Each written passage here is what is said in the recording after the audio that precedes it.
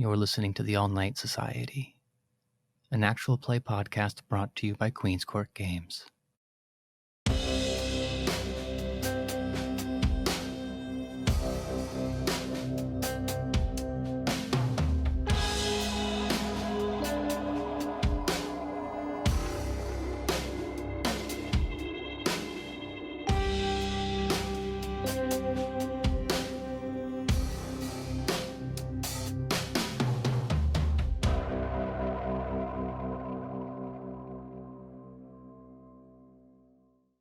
Well, when last we were with the coterie, they were on the cusp of something so grand.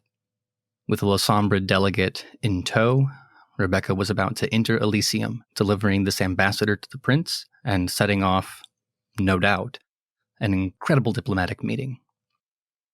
Joshua and Schmendrick were wrapping up the loose ends of the men who had attacked them, handing them over to a vampire named Bronwyn, of whom Schmendrick definitely did not approve. And Ivy was in the middle of her own grand decision. Yes, cities rise and fall based on the company that princes keep, but that does nothing to diminish the importance of the right outfit at the right time for the right people. And while Prince Jackson will have to make decisions about the future of the Camarilla, Ivy has to make decisions about the future of Schmendrick. So digging into your closet, what do you pull out for your Nosferatu friend? I mean, my wardrobe runs the gamut between dark black and slightly darker black. There's some red in there once in a while to jazz it up. Luckily, weirdly, Schmendrick and I have kind of the same style. So it doesn't feel too weird for me to look through my closet and try and find something that either she would approve of or that I wouldn't mind her wearing. That's the hard part, is figuring out what I wouldn't mind her wearing. So I end up going to the end of my closet that has not like the ratty clothes, but like not the more expensive pieces. And I end up finding an old band shirt from high school. It's just been one of those things that's been a staple of my closet wardrobe for forever. But it is long, long past its prime. And it's been a very long time since it's even been a t-shirt. So it is now a tank top, cut up in that way that you do. To go with it, I grab a simple black skirt with an elastic waistband. It might be a little shorter than Schmendrick likes to wear, but that's fine. And then to finish it off, I would give her an old, dark denim jacket that is way hidden in the back of the closet. One of those things I don't quite want to get rid of yet, but I also don't wear. And to be clear, you're fine with any of these things coming back with loose skin or some flakes on them? She assured me that she does not crack or peel or ooze. If it does come back with skin flakes or grossness on it, we're gonna have words, because she promised. Right. And what is a vampire without their word? Exactly. Well, as awkward as it is for Ivy to part with some of her clothing, I'm guessing the mood is similarly awkward in the car as Joshua and Schmendrick return from their parking garage rendezvous toward Elysium. What's the conversation like in there? The mood in the car is heavy. I'm not exactly talkative for the moment. I'm more stewing in contemplation. This has... Part of my reason for coming to Chicago was to kind of deal with this situation, and it's coming on me a lot faster than I would have assumed it would. Joshua, Schmendrick is doing, I suppose, her impression of your own mood. A little off-kilter, a little tense. How does that make you feel? I'm really not sure what to think. We delivered the loose ends like we were supposed to. Damien sent what he considered a trusted associate, clearly. But from what Schmendrick has told me about what Bronwyn is involved in, I suppose on some level I feel bad. for disregarding her concern, for telling her not to worry about it, even though we didn't have much of a choice. Yeah, it's like what you said. If we were to not drop them off, it would probably raise a lot of questions.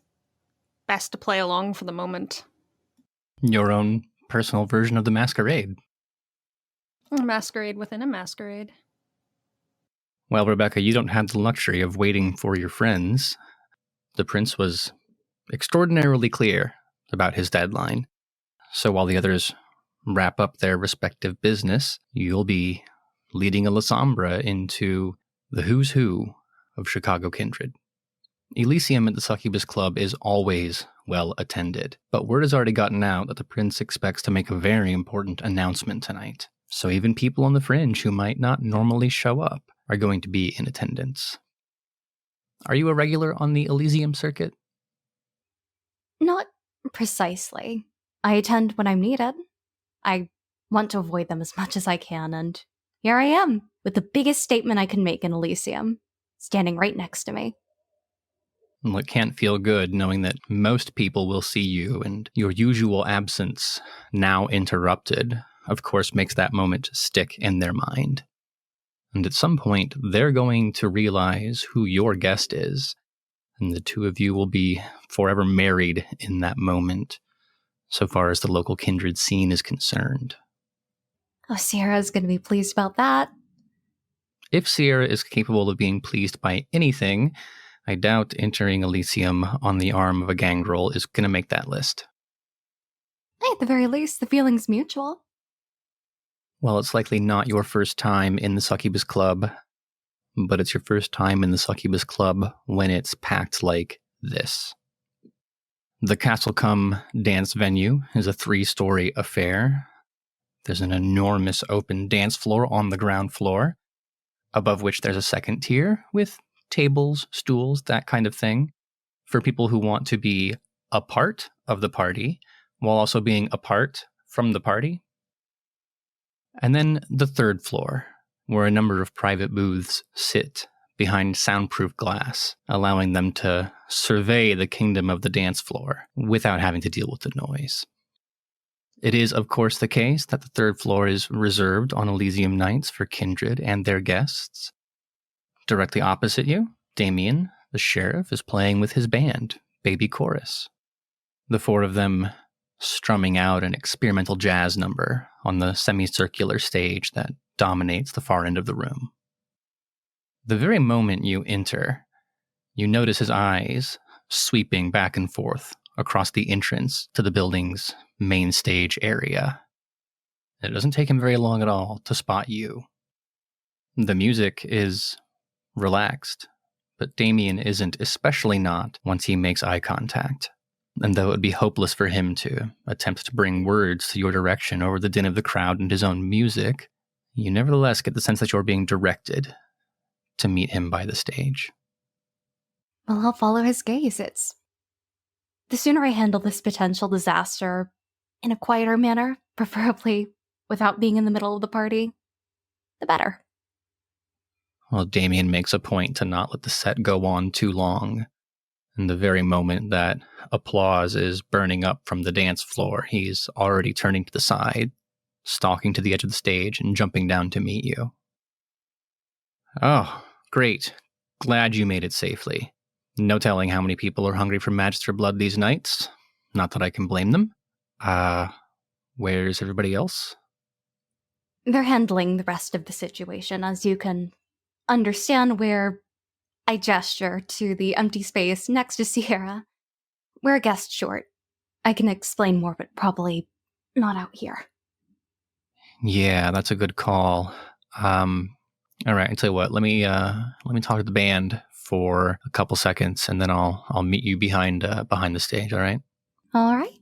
Take her with you. Don't let her out of your sight. Gotcha, Sheriff. So Damien shares a few words with his bandmates, ensuring they'll play off a good solo instrumental number before he returns. As promised, he meets you behind the stage. Sierra's still sitting there.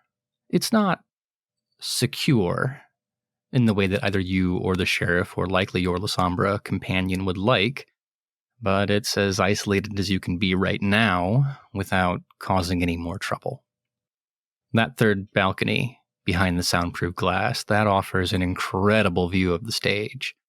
There's no counting how many eyes would be following the three of you if you left together. So as haunting instrumentals light up from the stage to fill the room, Damien crosses his arms across his chest. All right, fill me in. Well, it began with picking up our package from the airport. Everything went well. Until we got back to our quarters, so to speak. We woke up to some mortals with intentions that were less than pure, mainly turning us to ash in the middle of the day. The others are handling the remains of that. The two who were witnesses will be silenced, as I'm sure Joshua told you. But we have no idea where Malinkov is. All right, this second guy, did he disappear before or after your friend showed up? He was there, still in the day sleep, but when we woke up again, he was gone. Didn't take the hostages with him or anything. Damien takes a moment to digest this information, turns to Sierra. He asks, "Do you know anything about this?" And Sierra, for her part, nothing but denials. She has no idea what her clanmate is up to or where he's gone. She leaves unspoken the assumption that, regardless, this is pretty bad news. I mean, bad news is a light way to put it. At the very least, it's not the worst news so far. All right, well, we'll put that in the pile of things we have to deal with. Miss Van Burris, is it? If you'll follow me, I have someone who would very much like to meet you. As for you, Rebecca, why don't you go make nice in the crowd for a while? I'll let you know if we need anything more. Of course. I'll give him a nod and head out. Out of my hands now. Great. Well, at least you get to pick your friends, sort of. There are easily 80 to 100 vampires here tonight. They can't all be in the same corner of the room. So by choosing carefully the conversations that you decide to join, you can avoid some stares more than others. On the topic of stares, I'm interested to see the kind of stares that Schmendrick gives Ivy when her outfit arrives. Damien instructed you to park behind the building near the service entrances. I'm assuming you gave that information to Ivy as well to coordinate your arrival. Of course. So then, tell me what happens next. I'm sure my rideshare driver looked a little confused when I told him to go take me to a parking garage, but surely it's not the weirdest thing he's ever dealt with. When we pull up to the parking garage, I hop out, wave him off, and once he leaves, I head into the van, open the door, pile into the back seat, smile at Schmendrick, and present her with a beautifully wrapped little package. It's not like I just threw the clothes in a trash bag. They are wrapped up very nicely and neatly. And I just hand them to her and say, "Here you go." Thanks, I appreciate it. Not every day I get doused with gasoline and then have to show up to Elysium, so... Oh, hey, this is cute. Oh, good. I'm glad you think so. Yeah, it's a pity nobody will see it. Oh. Well, then I put tremendously too much thought into it, clearly.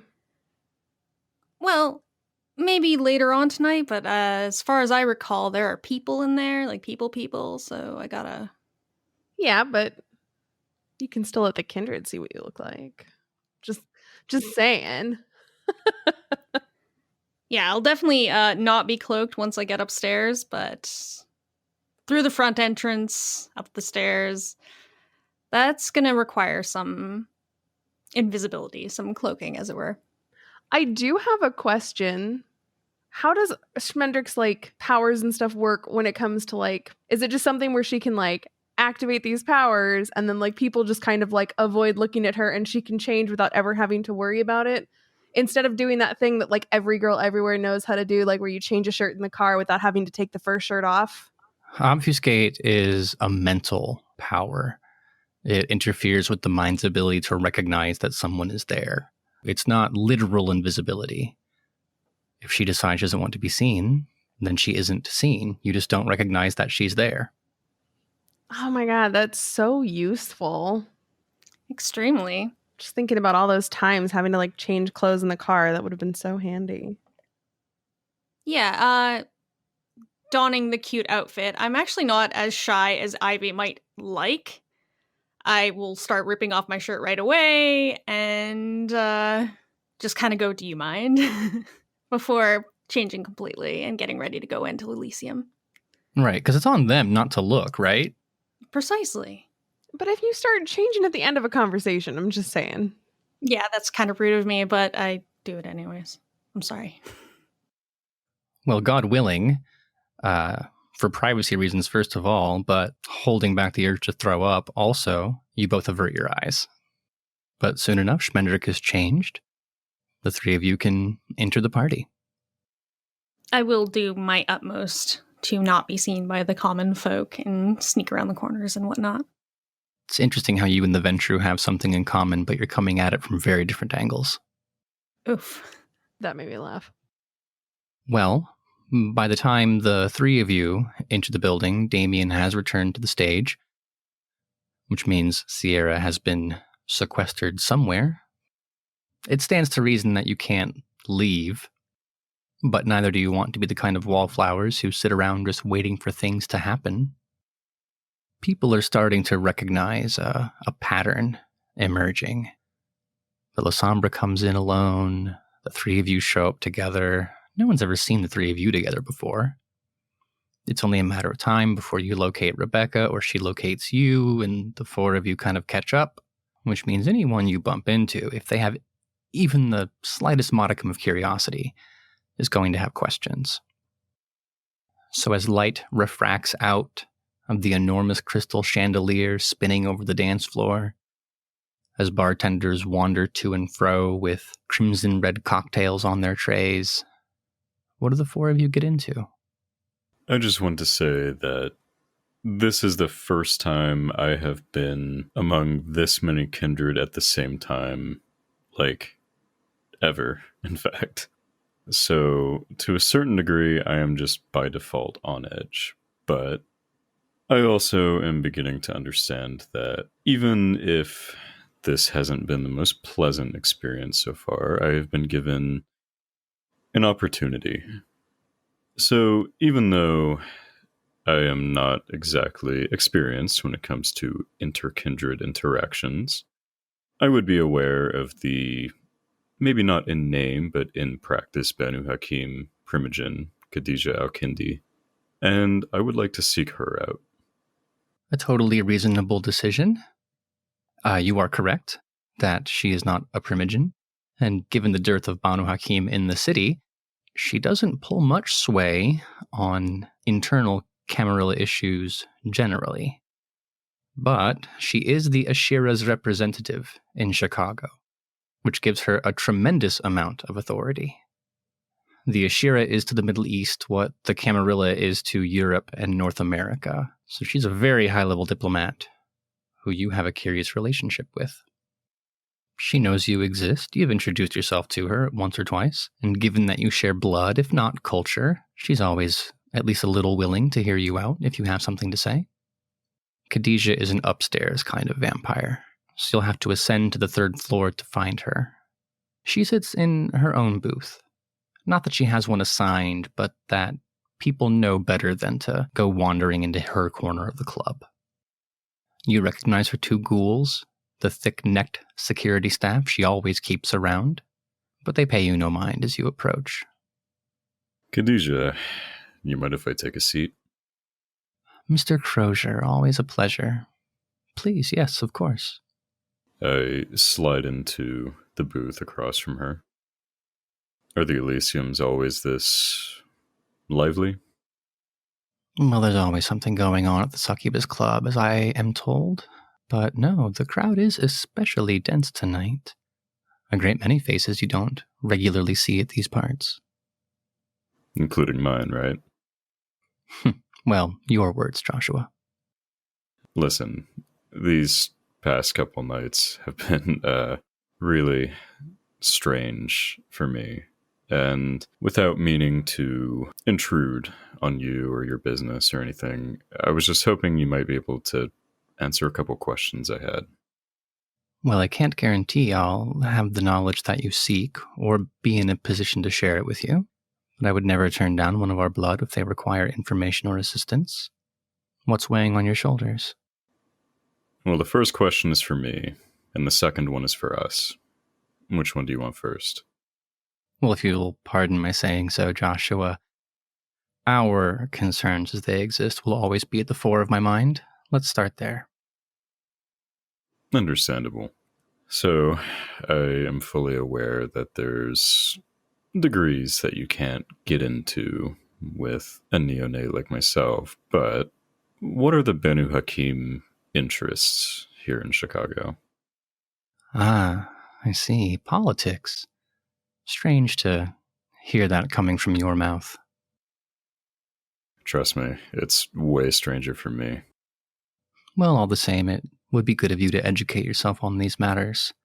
You're familiar, of course, with the departure of the gangrel and the Bruja from the Camarilla proper, yes? Of course. Then the rest is rather simple. The Camarilla finds itself short on, shall we say, people skilled in the expressions of violence. And some of their number would turn to us to see that vacancy filled. I see. I simply ask because, well, without saying too much too soon, I may be in a better position in the coming nights. Well, Joshua, that's not the kind of sentence you can just leave hanging out in the open and not expect me to ask you to follow up. Suffice to say, and I don't think it's any mystery, I was involved in doing a large service to Prince Jackson. Is that a fact? He didn't mention anything of the sort to me. Yeah, it wasn't just me. I was thrown into a small group to get it done, but I think you know as well as I that a favor directly to the prince can usually lead to promotions. At the very least, you're in possession of a rather large boon, assuming you have acquitted yourself with dignity. Well, to the best of my ability, yes. Then might I ask, why do you bring this up to me now?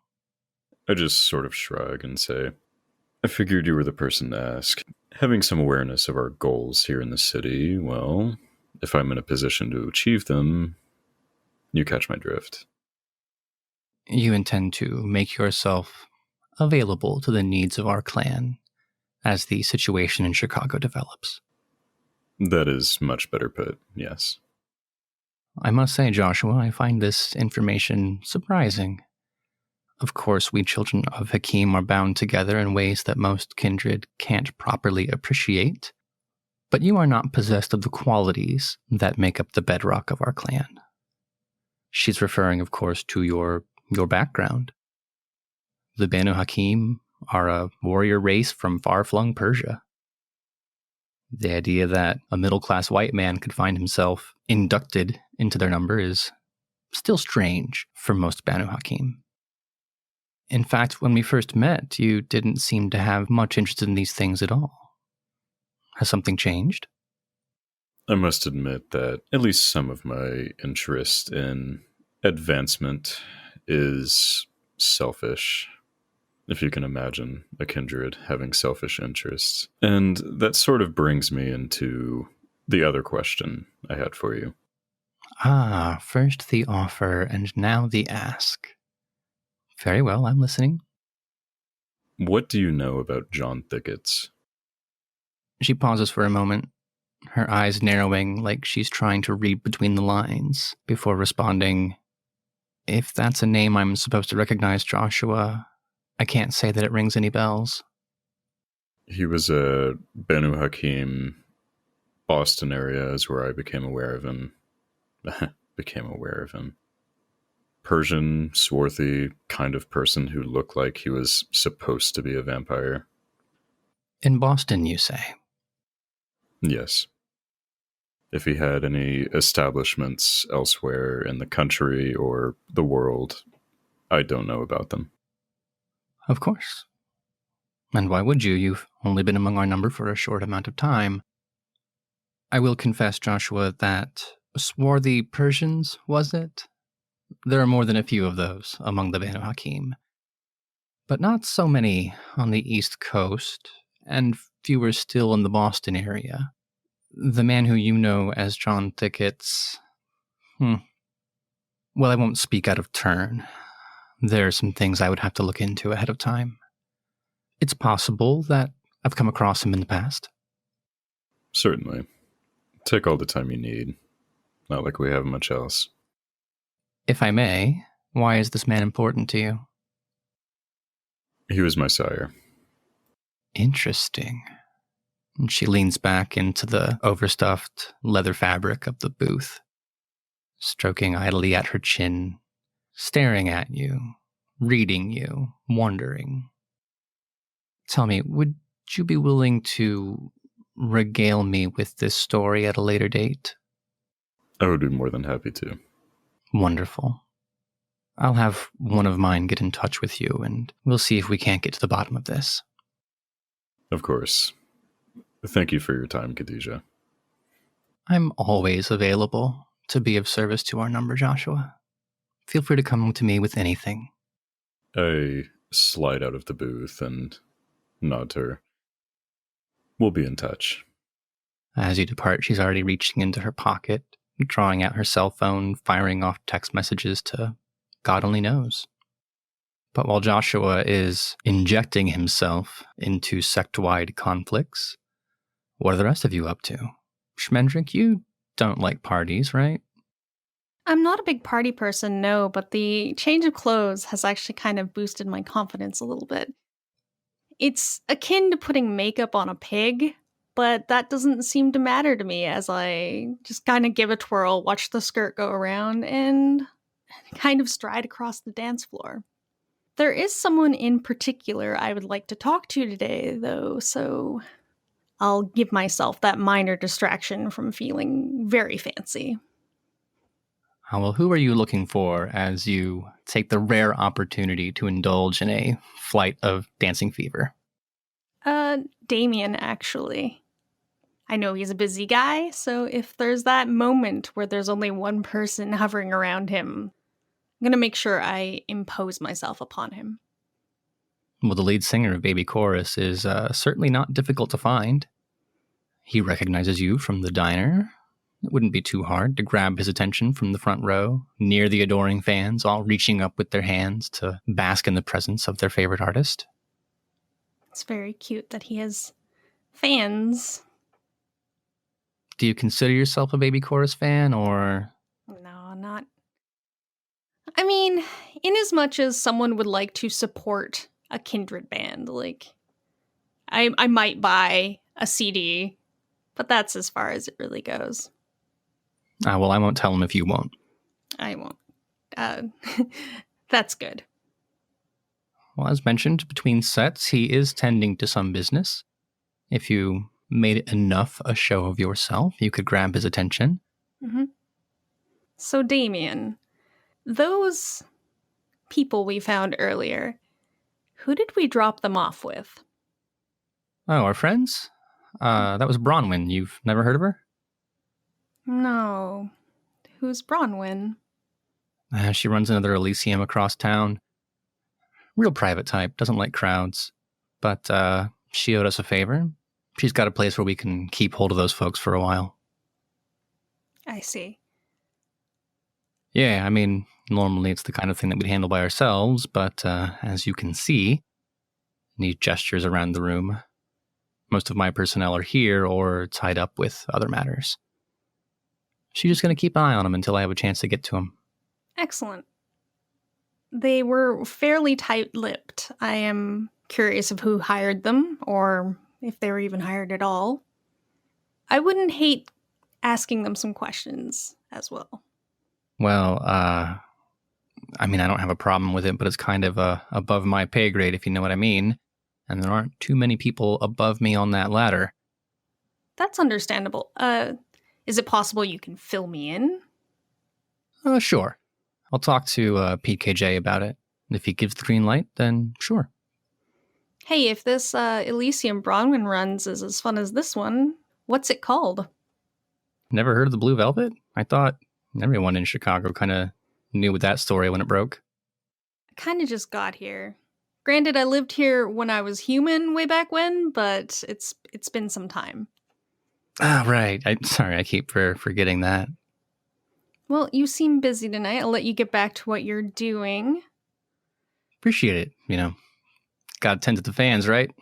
Yeah, just fill me in on what those guys say, please. Sure thing. Like I said, if the prince gives it the thumbs up, I'll let you know. Thanks. So Damien is quick to tend to other business. Autographs, stage work, that kind of thing. It's strange how quickly he can transform from sheriff to superstar. But watching it, it's so natural. And I'm just happy with the little tidbits of information I've got today. Classic Nosferatu move. Well, Rebecca, I think more than anyone else in the coterie, you belong here the least. How are you surviving? Well, really, I wouldn't have made it this far if I didn't know how to survive unfamiliar circumstances. And this is certainly unfamiliar.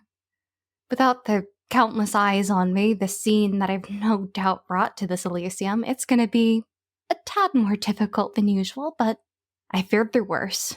I can get through one night of posturing and whispering. There's actually someone who I have been wanting to speak to for a while, but, well, time and circumstances have made that a tad more difficult than usual, and you know what? Might as well give it a crack. I'm going to scan the crowd for none other than Anita Wainwright. Anita Wainwright? Right, Bruja of all things. Last kind of person I want to be associating with, right? I would guess that the Bruja part is a little less sensitive than the de facto leader of the Anarchs part. Doubly so. But there's a singe pin in that, and something that I think we can commiserate over. Well, at the very least, you've already indebted yourself to the other person who considers himself the leader of the Anarchs. Why not get in bed with both of them? I mean, it's going to cause some whispers, but I know why I'm here. Well, Anita is not difficult to spot. Chicago has more than its fair number of waifish punks, jet black dyed hair in a quite fashionable undercut, wearing the kind of clothes that attract male attention, if only so she can snap at them, embarrass them when they're caught looking. And while you yourself are not a regular guest of Elysium, those who are would know that there are certain sections of the club where Anarchs choose to congregate. Under no circumstances would they consider themselves welcome on the third floor, but they have their own section of the second floor mezzanine. That makes her easy to spot from the dance floor, and easier still to wander up to that part of the club. Hey, Anita. Been a while. She looks you up and down. There was a conversation going on, but then you showed up, and, well, that's enough to get everyone's attention turning your direction. Plenty of people saw you enter the club with that stranger who got handed off to Damien, and the Anarchs are no exception. She says, yeah, it has. You've been keeping busy lately. Oh, believe me, not through any choice of my own. Just believe the term is just paying the dues, so to speak. Yeah, we don't do that so much among my friends. If you were looking for the Prince's bootlicker section, I believe you're a floor too low for that. And that's not what I came to talk about tonight. Well, we're here. We're friends. What's on your mind? Have you been hunting lately, Anita? There's something about that word in particular. For most kindred, the word hunt refers to the process of tracking down a meal. You hunt at a nightclub. You hunt in the alleys. But that's not what crosses Anita's mind. No, I can't say I've had time for that recently. To be honest, the only reason why I agreed to this whole scheme was that I could get back to it, put some work into it, and it's a little lonely to do. dangerous, foolhardy, even. There are still werewolves out there, Anita. I mean, for as many promises made and pieces of paper signed, they're still prowling out there. Typical fucking Jackson. Making you, what do they call it? You gotta earn your hunter license? It's ridiculous. And really, considering the way he reacted last time, it's quite lucky I haven't been branded with the other undesirables. Sweetie, you're a gangrel. Whether they tell you to your face or not, you're undesirable. Well, they don't tell me to my face, but the offer stands. Hunting would be a lot less foolhardy, and I think a lot more productive, if there were more than one of us prowling those streets. Well, I tell you what. I'm going to take you up on that offer, if for no other reason than you desperately need some political education. We can go hunt, and, if we don't find anything, it'll still give me the chance to clear some of this Camarilla bullshit out of your ears. Well, I'm glad you're considering the offer, and believe me, this is for the good of everyone, regardless of alignments. One of her hangers-on chimes in. God, even when you say it straight to her face, she can't shake it. Camarilla's deep in this one. Danita replies, yeah, but we can fix that. Can't we, Rebecca? I give her a strained smile. Of course, thank you for speaking with me tonight. And I've got one goal finished if, at the very least, she's not chasing me away with cries of Camarilla dog. No. But before you can depart, it wouldn't be right for her to leave you without one last barb. And you've turned your back and taken 3 or 4 steps away, and she goes, Oh, Rebecca, remember to get Daddy's permission first. A comment which brings a roar of laughter out of her companions. Can't seem to shake it either way. Whether it's some posturing Camarilla upstart or Anarch just looking to fuck with me. Every vampire has to take sides. As much as I hate to admit it, it's serving my goal so far. I have a noble goal in seeing that the Garou do not overtake the streets and put mortals in harm's way ever again. A higher calling than most vampires, yes. We'll see how long you can wear that cloak of neutrality. Well, it seems all but one of you have managed to make a friend, have a conversation so far.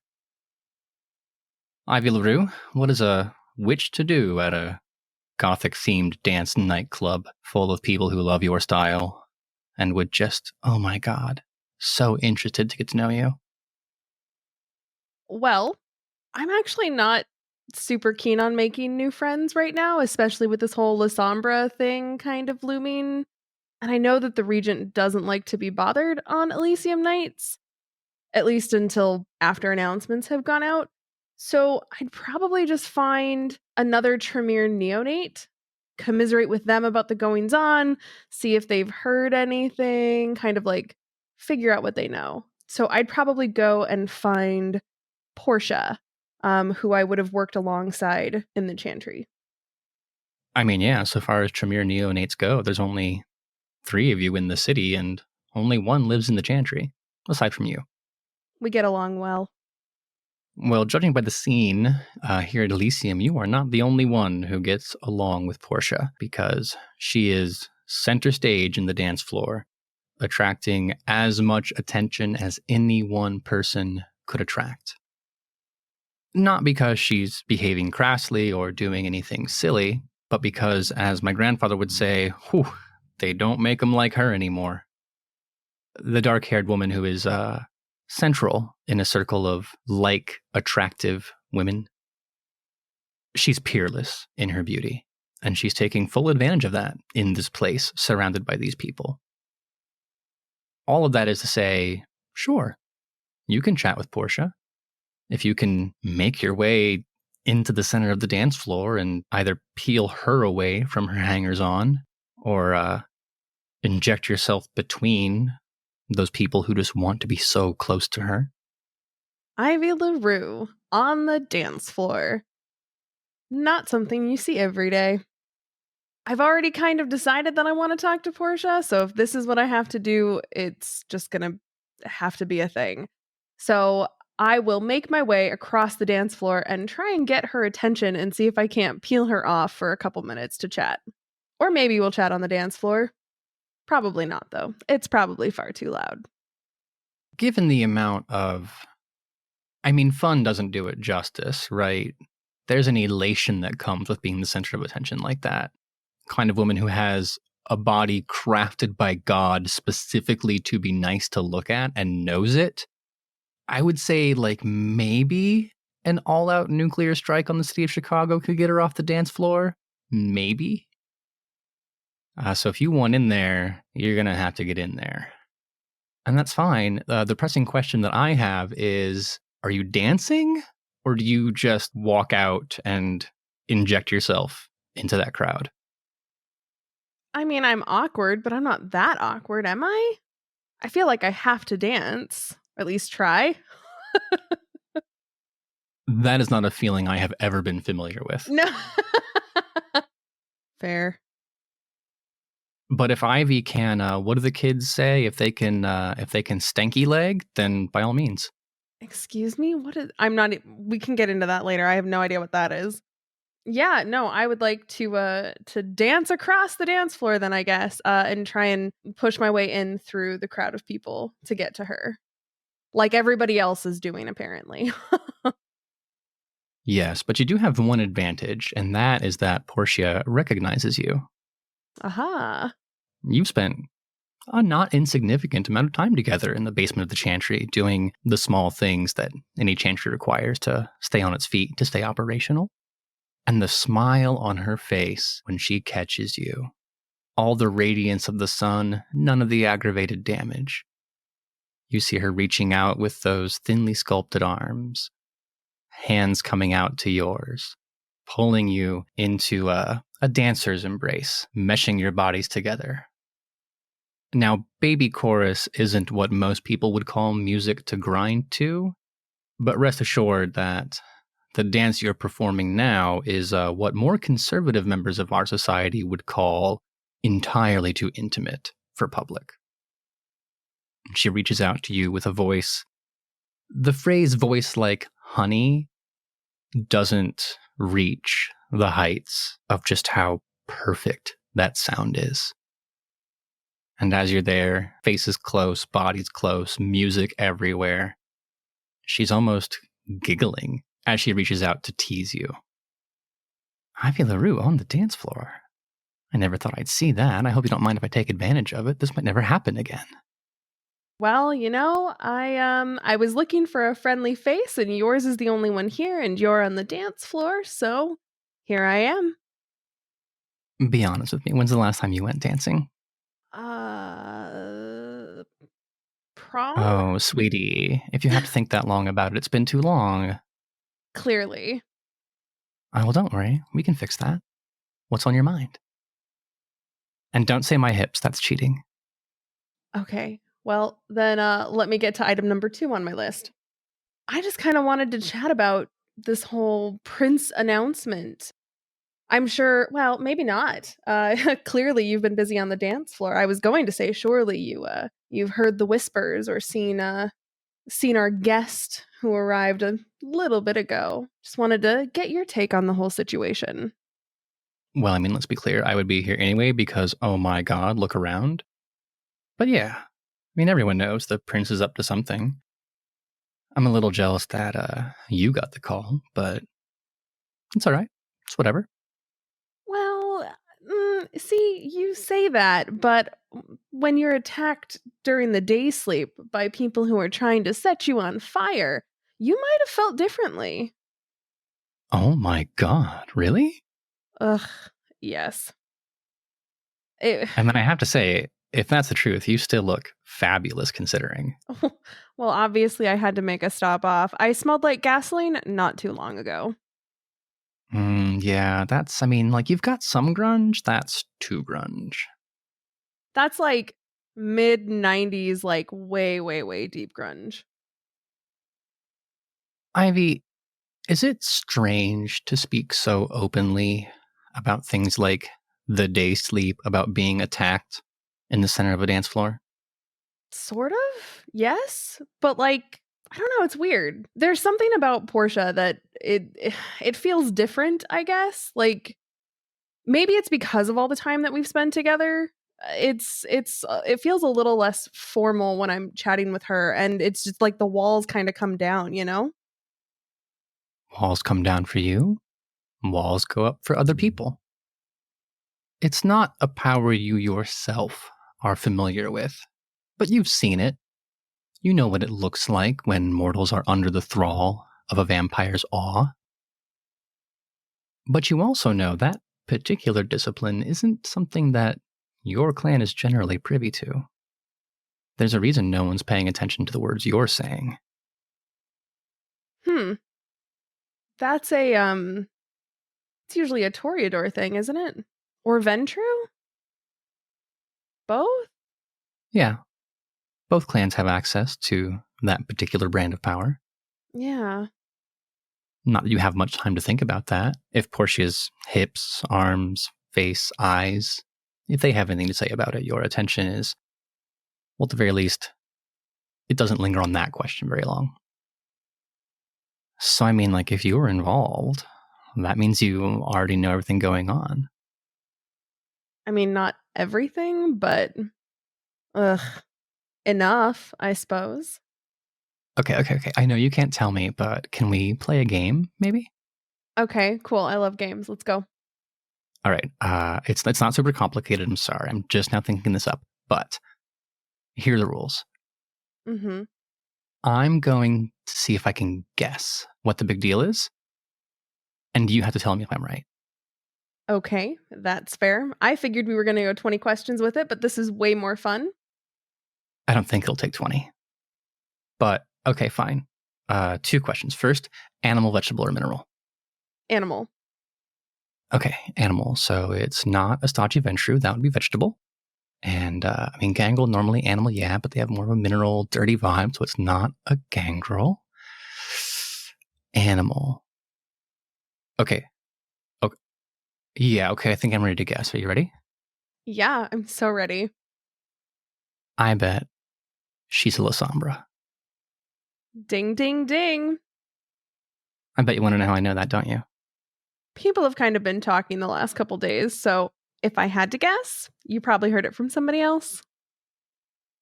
Oh, really? You think like that kind of news just like makes its way into the Chantry? You live there. There's like a interesting information-proof wall up around the whole place. Yeah, I know, but I assumed that somebody might have overheard when I was telling Dusable the other night. Oh my god, you think I would eavesdrop on you and the Regent? Yes. I mean, you're right. Obviously. Ah, man, I can't believe it. You've gotten yourself into like a real mess. Like if this goes wrong and there's your name on it, I'm not looking forward to having to do all the neonate work by myself. I know. Well, and, I've got fucking Jackson has me paired up with, get this, a Nosferatu, Ew. a Gangrel, Ew. and a fucking Banu Hakim. Ivy, sweetie, I don't know how to tell you this, but if that's the kind of company that you keep, I don't think we can be seen together out here anymore. I know. Trust me, very unhappy about it. And the dude's a little psycho because he's got Because he's a Banu Hakim? well, yes, but also he's got corkboards and red string and the whole nine. Oh my god, you didn't get any of that on you, did you? No, I cleaned off everything, don't worry. Okay, well, that's good news. All right, well, look, babe, this has been great, but first of all, plenty of other people to talk to. That's you. And plenty of other people to meet. That's me. No, of course. I should probably go find the group. I'm sure the prince will be announcing his whatever soon. Hope so. Good luck, sweetie. Thanks. Bye. It takes less than a second before your place in line is immediately filled, and you can just feel the weight of the crowd pushing you out away from Portia's orbit as the conversation comes to a close. I'm going to have to get her to teach me how to do that. That's really impressive. It's all in the hips. Oh. Or so I'm told. The TikTok video said it's all in the ankles. Now I don't know what to believe. What's a TikTok? I got distracted because I was just imagining if making them cheeks clap would be a specialty in performance. I hate that so much. Thank you. It's my gift to you. I love it. So, given that we've had time to mingle for a while, is there still time for me to touch base with Charles? Or is the prince going to make his announcement soon?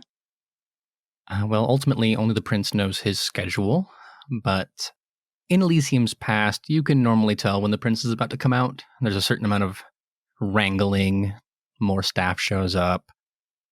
None of that has happened yet. You could probably track down Mr. Dawson. Nice. So I start to kind of look around the outskirts for where a Nosferatu would usually hang out in these sorts of situations. Well, there are only two places that a Nosferatu might feel comfortable in the Succubus Club. The first is all the way upstairs, where there are fewer prying eyes to notice the hideous deformities that define your particular curse. Mm-hmm. But that's a little too highbrow for Charles. If you want to track him down, you should find the darkest corner in the building and then poke around. Sure, let's start with that. Well, the Succubus Club is like any other. Not everyone can do cocaine in the bathroom. Some people need a corner underneath the stairs or back near the bar. Of course, Charles, he's an older Nosferatu. He's been at this longer than you have. It's safe to assume that his mastery of obfuscate well exceeds yours. Thankfully, he's more playful than nefarious. And as you creep over to that nice little splash of darkness underneath the stairwell, peeking around, looking for anybody, there's no one in that corner. Then you turn around, and there are long claws on the small of your back. Boo. Given our particular brand of gift, I suppose, I kind of saw this coming, and I don't scare, but I turn around slowly and go, "Hey, Charles, how's it going?" Oh, come on, nothing, not even a little jump, nothing at all. Come on, that's my kind of game. Yeah, good point. You can't outmaster the masters, something like that. You know what? Doesn't matter. How's it going, Spendy? It's good. A little dicey yesterday, or rather, a little dicey during the day. We were attacked doing favors for the prince, so that was great. Yeah, that happens when you start doing favor for the prince. Yeah. Just kind of like a thing. Listen, I didn't intend to show up and immediately start doing favors, but that's kind of how it works, doesn't it? I wouldn't know anything about that. I did want to thank you for... I'm sure you had eyes on us, but you did not interfere or make it difficult, so I appreciate that. Oh, well, I can swear, hand on my heart, didn't look for anything at the airport. Huh. Well, I'm impressed then. Thank you. The highway, the side streets, the security camera as well. I mean, that wasn't part of the deal, was it? No, it wasn't. You've made some interesting friends, haven't you? Yeah, it appears so. One of them is now missing. So that's spicy. Extra spicy. Mm-hmm. Like ghost pepper spicy. Oh, I never got to try one of those. Probably should. It's not too late. Yeah, it's not too late for me. Anyways, what do you... Given you have quite a lot more knowledge about this city than I do, what do you think's happening tonight?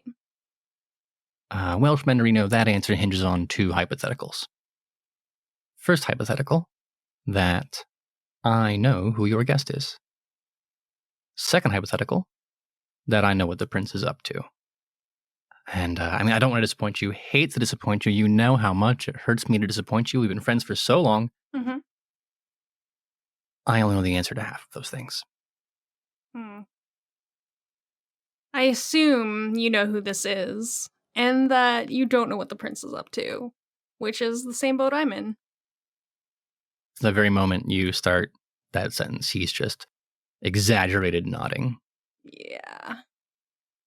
Well, soon enough, I assume both of our hunger for answers is relieved.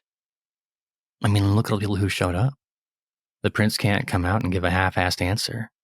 Not with the kind of crowd he's assembled here. He's not that good a prince. Looks like even Anarchs were invited. I don't know that invited is the right word. At least I wouldn't use that the next time you talk to the prince. But some news, it's bigger than the normal, government form violence thing that the young kids are into these days. Yeah. You're not one of them, are you? No. Been too integrated into the system, I'm afraid.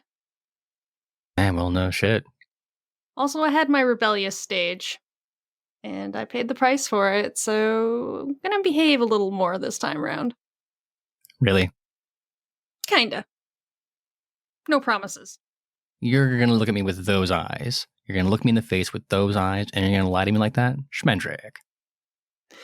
Listen, I'm trying to behave. It's very difficult for me. Oh, sure, I try to behave too. Look where it gets me. Look, we all try. You know, getting into trouble beats just hiding in the sewer, so I'll take it some days.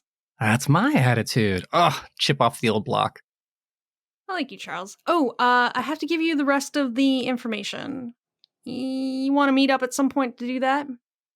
Oh, absolutely, I do. Yes. You have somewhere in mind? I'd say you can come to my place, but no offense, you have a nasty habit of interrupting me when I'm, You can come to my place if you want, but it's not... I mean, it's as safe as it's gonna be, so sure, yeah. You can see where I live. Excellent. Is this like a normal guest thing? Do I need to bring something? Wine, flowers? Nah. No, straight to business, that kind of party, huh? Yeah. Oh, Dress code? no well, I shouldn't say no dress code. Ah, you got me. Normal, everyday human clothes. I can do that. Okay. But also, leave the man at the desk alone, if you could. I don't want to get all possessive of humans, but that one's mine. Oh, you got a guy. Yeah, I make his life difficult. Like a guy? Well, once you see him, I guess. I mean, is he your guy, or is your guy? Oh god, no. He despises me on some level, I think. Oh, so he is your guy. Oh, well, if you define it that way, then yes. Well, I mean, I thought everyone knew the difference between your guy and your guy. Can't say as I do. So much to teach you. Kids these days, they just pop out into the night. They don't know nothing. I would kind of just shoot the shit with Charles a little while longer and wait for the announcement from the prince. Well, Charles is happy for your company. At least there's one other mischief-minded kindred around. Oh, also at some point, I would probably go meet up with the others since this kind of involves us. Or I assume it involves us to some degree. That is exactly the next question that I was going to ask, is that once you are all finished with your respective conversations / dance-offs, do you bother meeting back up, or...? I would make an effort. Yeah, my plan was after talking to Portia, was meeting back up with the group. If you're being verbally pummeled by one group of youths, why not go to another? I mean, yeah, that's fair. Figure everybody probably knows at this point that we're a group, so no point in trying to stay apart. Well, hold on. We are not a group. We just were the group that brought in the Kindred. Please don't get it twisted. Well, we came here as a group, is my point. I mean, I don't know, Ivy. You hang out with someone, you keep getting seen together. It's only a matter of time before people think you're a couple. Well, that's why I had to break it up and go hang out with Portia for a bit. Look, if people thought that me and Portia were together, that would be great, but, Yeah, I mean, I don't understand that Ivy Lou character. On the one hand, she has friends like Portia, but also, really, she's slumming it with that Joshua Crozier guy. He looks like he should be, the assistant manager at a bowling alley. God, that's accurate, isn't it? Wow. That's really mean, actually. I just want to go home and add to my wall. It's funny because when Joshua says that, like, Charles also says it. You're talking about very different things, the two of you. Very different things. Oh, God. Oh, I don't even want to think about Charles as well. I'll let that simmer for all of you, just wherever your mind takes you. Well, regardless of what Chicago's other kindred make of your coterie, if it's even a coterie at this point, any speculation or discussion they have on the matter will soon be interrupted. The band stops playing, baby chorus setting down their instruments, and for once everyone leaves the stage. The bartenders have stopped serving. Everybody is looking towards the center of the stage. Even the Anarchs, Genghis, Anita, all of them, their nonstop jostling and cajoling, falling silent. Prince Kevin Jackson appears, entering from the rear of the stage, immaculately dressed, in the kind of suit that tens of thousands of dollars can't even tailor that well. He takes a moment, adjusting his burgundy pocket square, and then steps fully into the single beam of light cast down from the rafters. He smiles wide, opens his arms. Welcome to Elysium. As always, it warms this old soul to see so many familiar faces among our number tonight.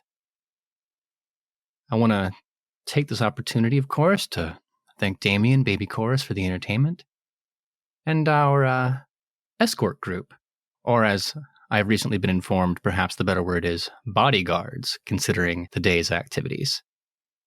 Joshua, Rebecca, Ivy, Schmendrick, it's kindred like you that make unlife just a teeny bit easier. So, as they say, props. Oh, why does that bother me when he says props? I don't like that. If that's what bothers you, I'm just bothered by being acknowledged at all. Don't like it. For my part, getting actually mentioned by name causes me to smile, but it's one of those forced smiles like, oh my god, why is this happening to me? It's like it's middle school and you just let out a bellowing fart in the middle of an assembly. Yep. Everyone in the room is looking at you. You don't have the peace of mind that comes with knowing, well, some of them are mortal and don't care, because before the prince speaks, those bodies have been convinced to leave. Every single pair of eyes in the club peering down at you from the third floor, the second floor mezzanine, across the dance floor, every single one of them is a predator. And they've all got you in their sights. I would take a cue from my days winning awards and being in the limelight and just turn and give a small wave and a smile, being polite. Of course. The prince continues. Now, I don't want to drag things out any further. I know despite my best of efforts to keep these things under wraps, there are those of you who already know what's going on. I'm just going to take the moment and address the elephant in the room, as they say. He gestures behind himself, where Sierra is waiting just in the wings.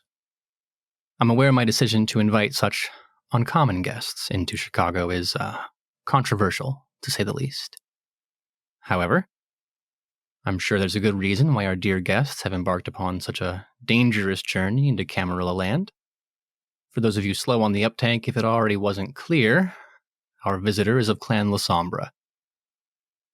Please, approach the stage under our banner of peace. I'm certain we're all interested in what you have to say.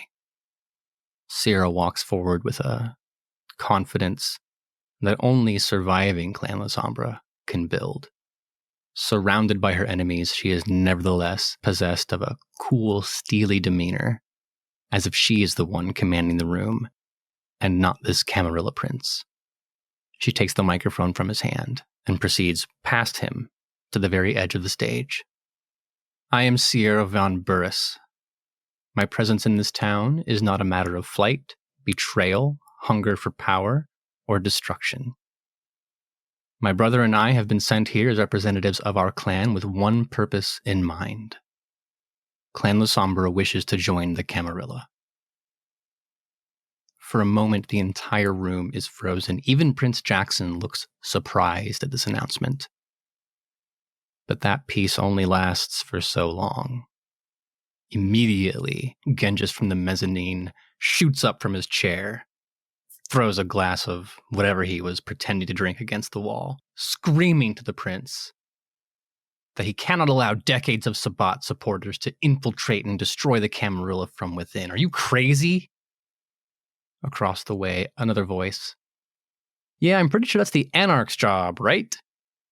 And just that little spark is enough to send waves of frustration and anger burning through the room. What seconds before was a calm, peaceful, almost jovial atmosphere in Elysium has been replaced by something fearful, frustrated, angry. The Anarch section of the building is now bursting with mocking, hideous laughter. And then the fighting starts. Alexa Santos, one of the prince's favorite hounds, was already on her way up the stairs when Genghis started speaking. Short behind her, if for no other reason than her patience has been worn entirely too thin, the gangrel primogen Rosa Hernandez is quick in tow. They have to walk past you to get where they're going. Are you going to intercede? I have no desire to stop the hounds from doing their due.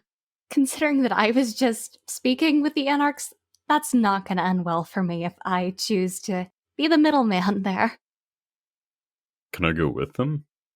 Absolutely, if that's what you'd like to do. Yeah, I figure if I'm shooting for a position as a hound, what better way to prove myself?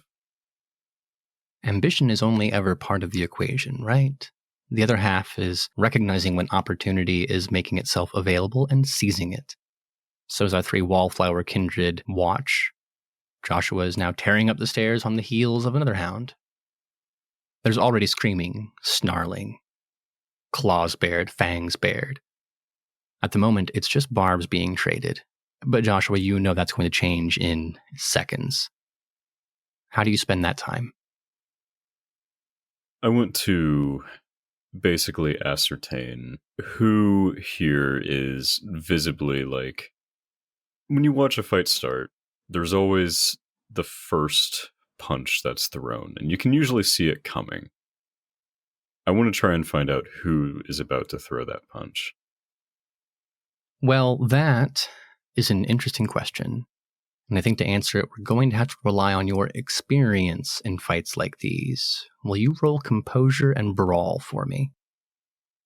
That is 2 successes. You are a detective, but it doesn't take one to see where this is going.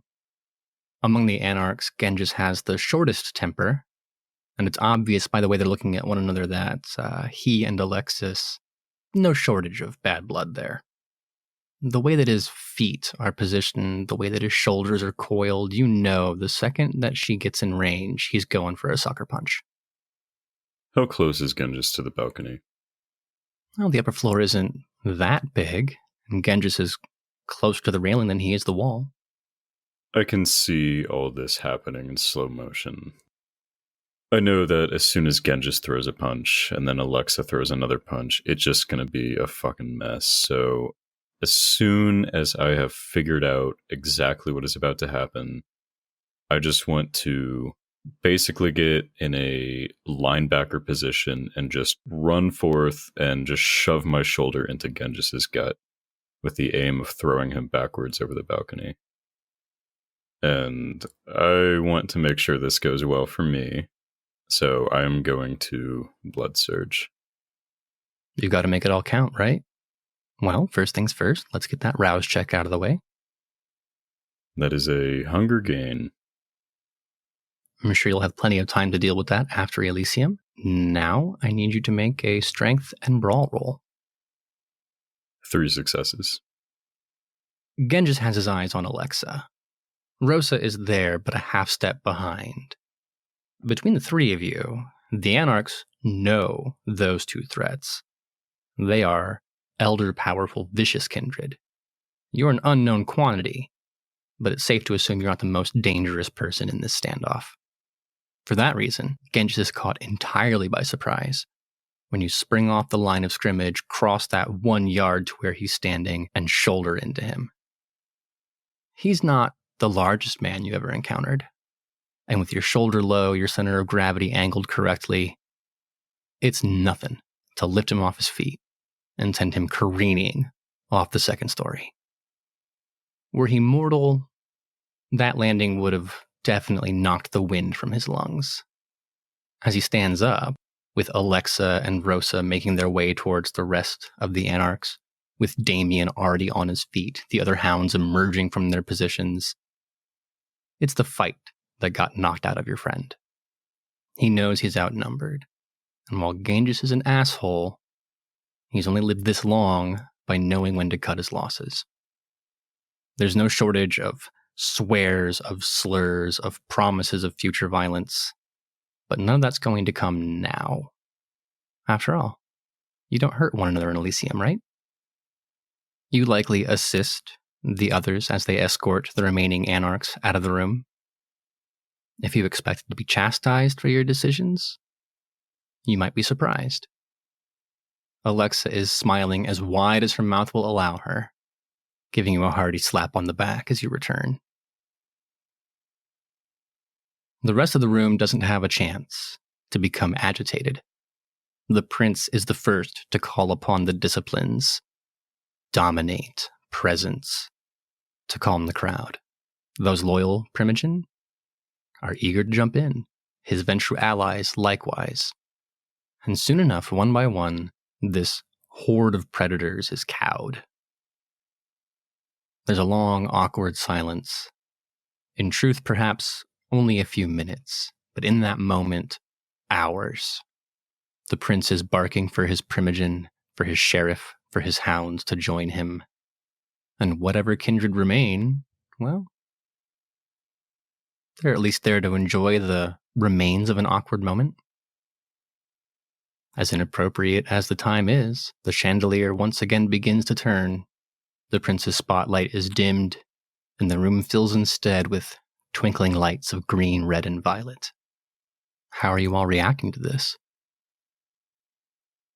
I mean, if there's ever been a demonstration of why I stay out of these events, that was it, but damn, Josh. Mr. Crozier, on a scale from 0 to 10, with 0 being not smug at all, and 10 being the smuggiest smugger to ever smug through Smugtown, how are you feeling? Likely a 6 or a 7. That's it. Well, that's the thing.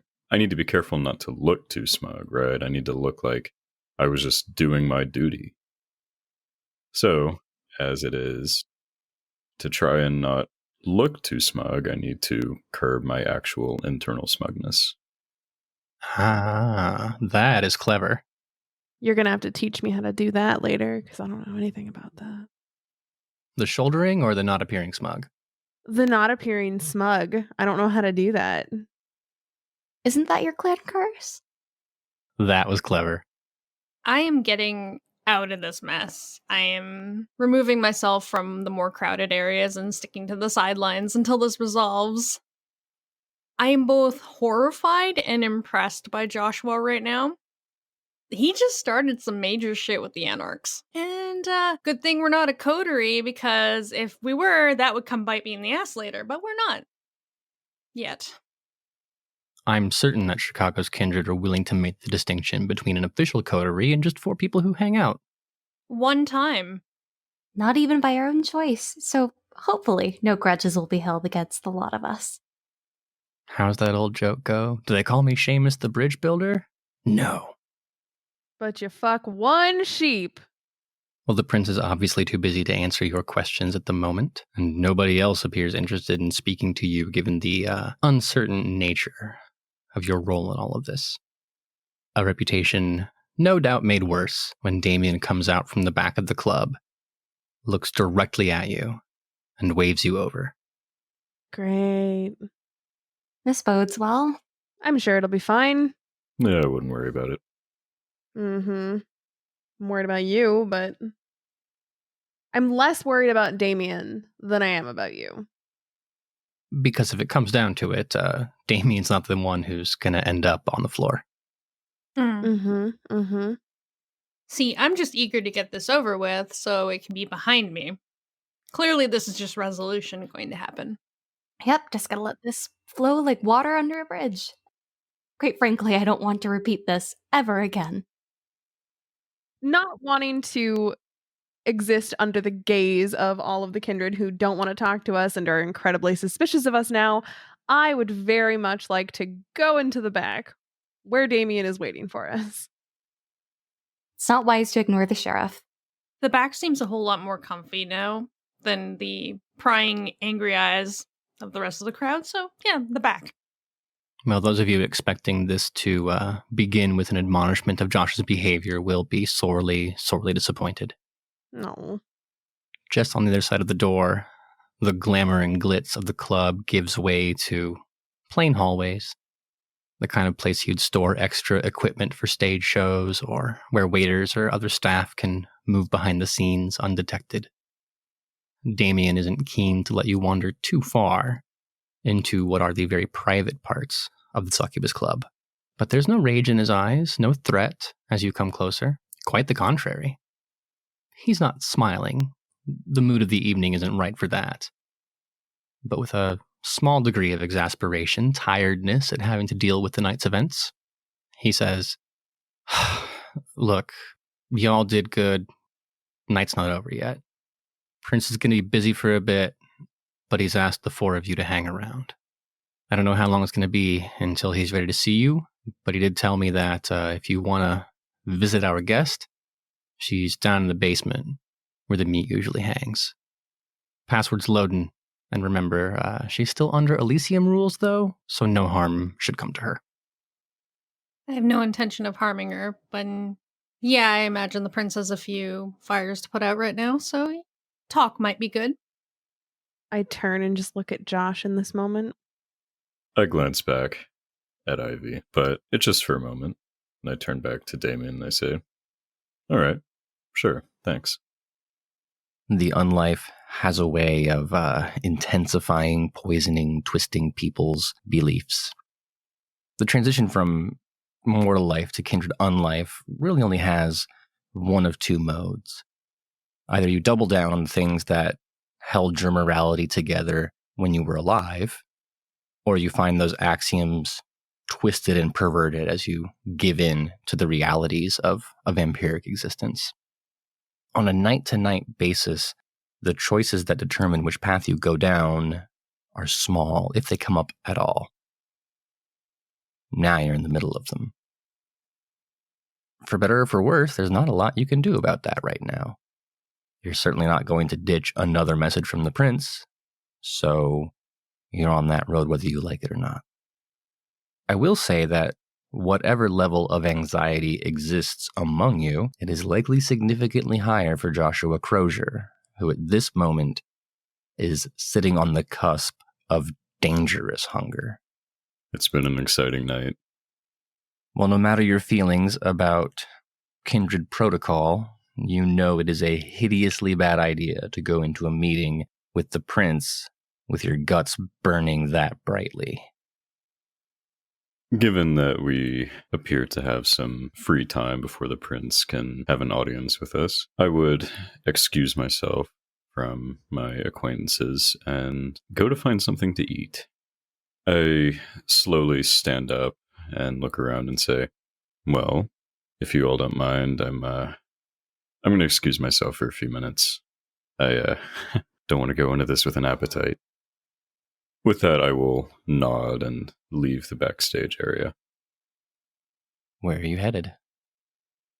Are there snacks provided here? So that depends entirely on your definition of snacks and your definition of provided. The Succubus Club is a functioning nightclub.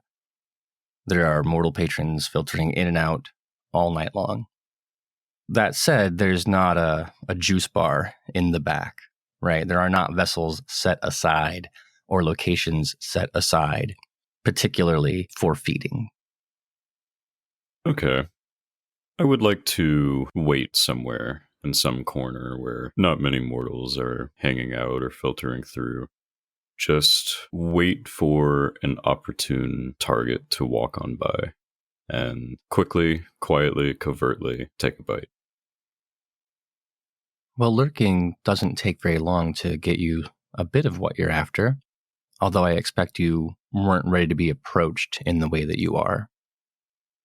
As you take up station in one of the darker corners of an already dark building, a young, rail-thin, crane-spotting, frail-looking man shuffles into your orbit, first leaning on a nearby pillar and then inching closer as, just opportunity allows, until eventually he's within distance where he can reach out and just give a small tug at the corner of your sleeve.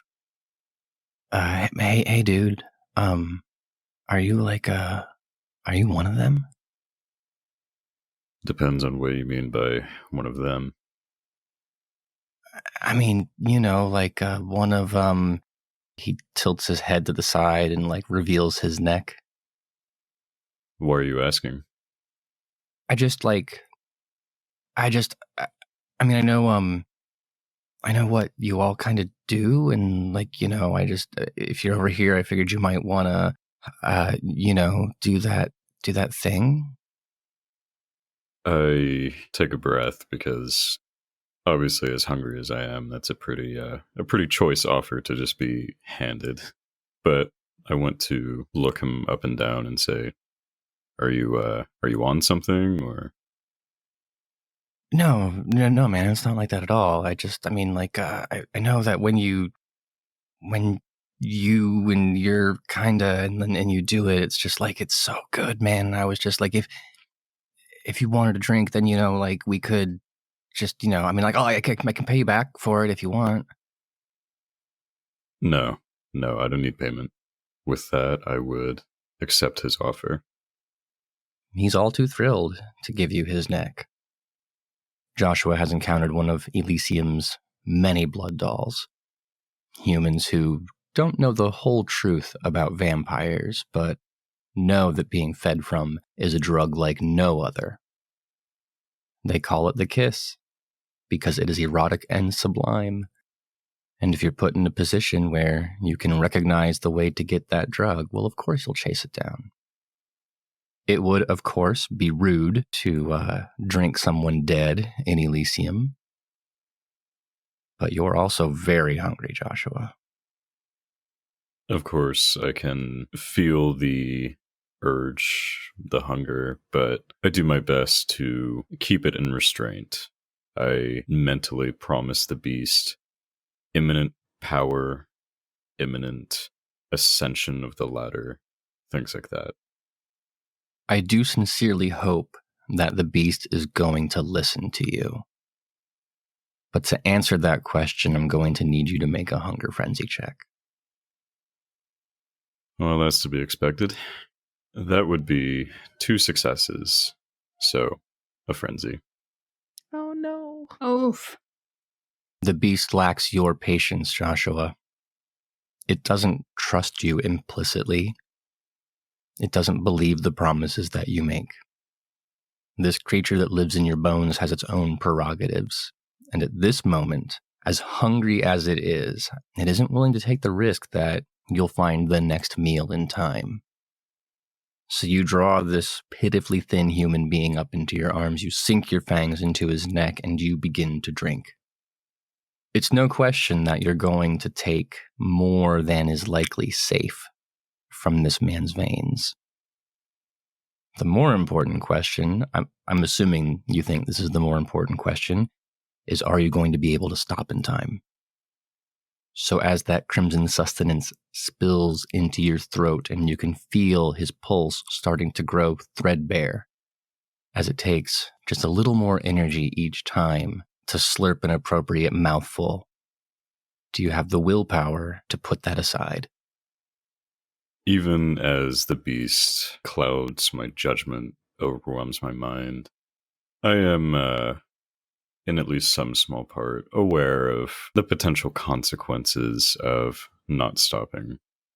I would like to summon all my willpower to try and tear myself away.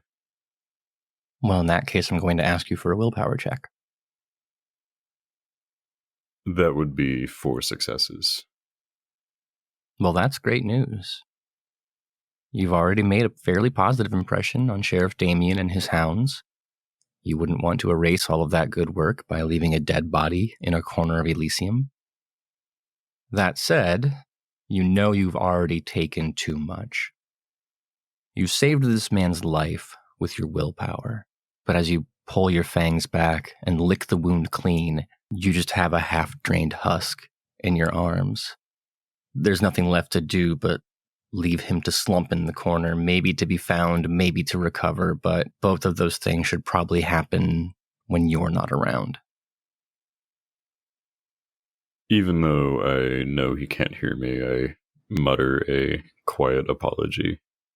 And then I would bring him somewhere where he will hopefully be found and noticed, taken care of.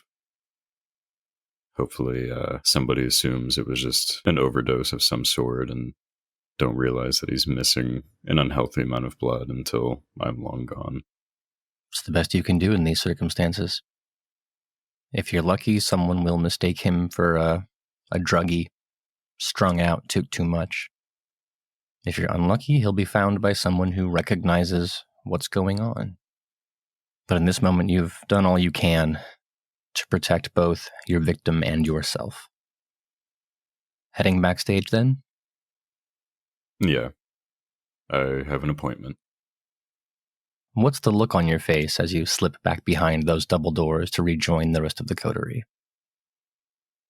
I have a pretty pleasant look on my face, even with the narrowly averted disaster that was my feeding. I've still fed. I feel significantly better. You do, yeah. If for no other reason than you've taken enough blood out of this anonymous creature to reduce yourself to only one hunger. Rebecca and Schmendrick would be mortified at your actions. Geez, it just took one for me to realize maybe I shouldn't be doing that, but hey, no judgment. We all make mistakes. No one's perfect. He actually did what he could in that situation, other than, like, call the ambulance or something, but I doubt an ambulance rolling up to Elysium would do all that well. Right. He did the best he could, given the circumstances, and he at least put effort into avoiding a mistake. That's really all you can ask of one person. Kindred. Really, anyone. Well, at the very least, you won't have much time to talk about it. Before we get into anything else, I'd like to know what that mood is. You've seen Josh, linebacker Genghis off of a balcony. You've already seen that the entire cities worth of vampires, from the Primogen down to the nobodies, all have your name and number on this. And it's not over. So how are you feeling? I feel the sort of tense awareness that change is no longer on the horizon, change is here. The Lasombra are apparently planning on joining the Camarilla. I have come out of my shell, so to say, and now have actual, proper political ambitions. And so far, I think I might be good at it. So my mood is tense, but looking forward. I promised myself when Tucson was over, I was going to perform my duties and use this life for what it was given for, to protect. But here I am, I just brought two of the biggest enemies together. A shocking announcement with all the city's eyes on me. And I'm smack in the middle of it. But who knows, maybe some good can come of tonight regarding the connections I've made. So I'm feeling a bit disappointed. Certainly tense. But there's that little inkling of something good has to come of this.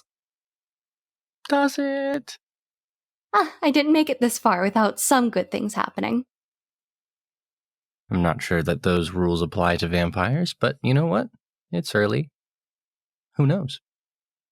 Who knows? Schmendrick or Ivy?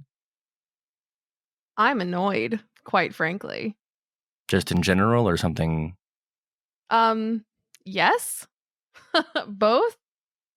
I mean, I was asking because, like, you saying you're annoyed is like me saying the sun's out at noon. So I was just trying to figure out what's different, you know? The difference between the normal annoyance that I possess and this annoyance is that this annoyance is actually worse. I've had the last couple days spending time with Kindred that I don't normally associate with. And I was told that this would just be very simple, drop off some people, there'd be a thing at Elysium, and then it would be done. And I gave everything that I knew to Disable, who has now found out that she's Lasombra and that like they're joining the Camarilla. And I can't imagine that Disable doesn't think that I knew everything going into this. Yeah, that's a bad look, isn't it? It really is, because now I still have to deal with the prince. I still have to deal with the sheriff, and Disable's going to be annoyed at best that I did not tell him about their plans. And there's no amount of me saying, no, I swear I had no idea, in which he'll believe me. I'm annoyed. Yeah, that does sound like a bit of a predicament, doesn't it? Mm-hmm. Well, what about you, Schmendrick? You don't owe anyone anything. You don't have a boss to report to. I did kind of initially approach this with this will be fun and interesting. It's an annoyance, but at least it'll be something outside of the norm. It's quickly turned into an anxiety type situation. You know, the club was fun, and then this happened, and everyone attributes me and these other 3 people to it now. And the Lasombra, I don't have a whole lot of love for because it's that whole holier than thou attitude. They are vampires, so they get to do whatever they want. That doesn't jive well with me, so not exactly excited to have them in the Camarilla, but at the same time, this could be a good thing where they will learn that restraint that I hold dear. You're hoping that you can, in fact, teach an old dog new tricks. Well, they'll have to adhere to the Masquerade, whether or not they can be taught old tricks or not. Rebecca seems to be learning fairly quickly, though. Well, Rebecca, as our expert dog trainer, what happens if the old dog can't be taught? What do you have to do? Really, there's only one choice either. Leave him out in the desert or bullet between the eyes, but I don't think either of those works for Kindred, unless there's a blazing sun out. Well, at the very least, there aren't many deserts in Chicago, so that narrows your options down a bit, doesn't it? Mm-hmm. We'll see how all of this progresses. But that's a story for another night.